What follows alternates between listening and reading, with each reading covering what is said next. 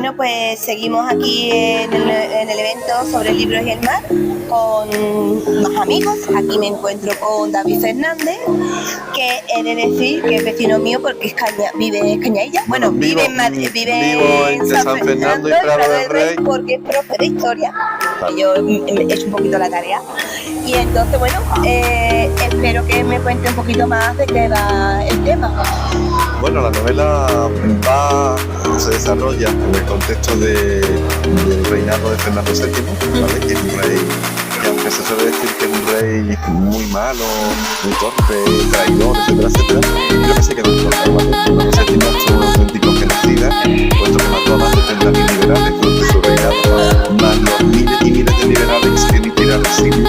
Por tanto, España, a la gente más progresista, más innovadora, se tiene que ir del país, lo cual va a suponer un retraso enorme. Entonces me apetecía abordar este tema con la libertad que me da, quiero ser un libro académico, al ser una novela me da la libertad de utilizar el lenguaje de manera más precisa.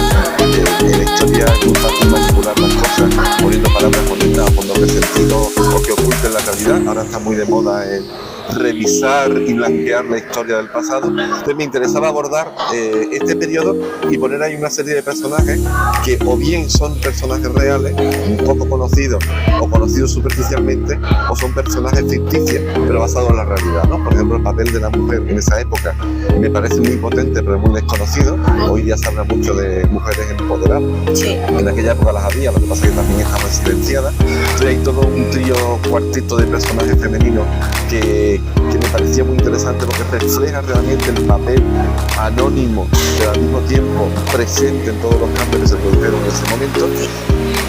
Sobre todo, como digo yo, la mujer gaditana entre 1810 y 1814 hubo encuadernadoras, hubo muchas mujeres que se hacían cargo de los empleos de sus propios maridos. De sus propios maridos. Y luego, aparte, a nivel de pensamiento de las tertulias como espacio, que no eran simplemente generadoras de tertulias, sino que participaban, o mujeres que escribían pero tenían que ocultar su identidad, o mujeres que, ya te digo, forman parte de todo ese, crear un ambiente donde se podía discutir, donde se podía hablar y donde se podían expresar, ¿no? Entonces, forma parte de ese contexto interesante que me parecía. Me parecía ese punto muy interesante porque hace un par de años fui yo al archivo de allí de Cádiz y hubo sobre las registradoras, había registradoras y... ya te digo, tenía un papel mucho más importante de lo que normalmente se suele contar, aunque la dejan fuera de la corte, sí, claro. La dejan fuera de lo que es realmente el documento luego constitucional, pero bueno, es verdad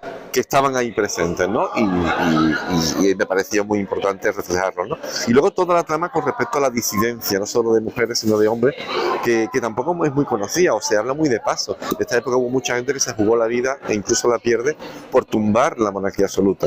Monarquía absoluta que en el fondo podríamos decir que es una dictadura totalitaria utilizando términos modernos, porque al final funciona exactamente igual. Franco, lo que le faltaba es ponerse la corona, pero funciona como un monarca absolutista que tiene más poder que ningún monarca absolutista, ¿no? Entonces me parecía muy importante el rescatar esa historia de manera cercana, ¿no? Y en una novela que creo que es entretenida por lo que la gente me dice cuando la va leyendo, porque me parece fundamental. Si la novela no entretiene, apaga y vámonos. Y no se lee. Claro, exactamente, ¿no? E ir llevando a la gente en volanda en ese sentido. Pues muchas gracias, David. Entiendo que te podemos buscar en redes, ¿no? También alguna cosilla. ¿O cómo te encontramos? Sí, ya no he sido muy adicto a las redes hasta ahora, pero ya me he animado porque es verdad que si no está en las redes como que no existe.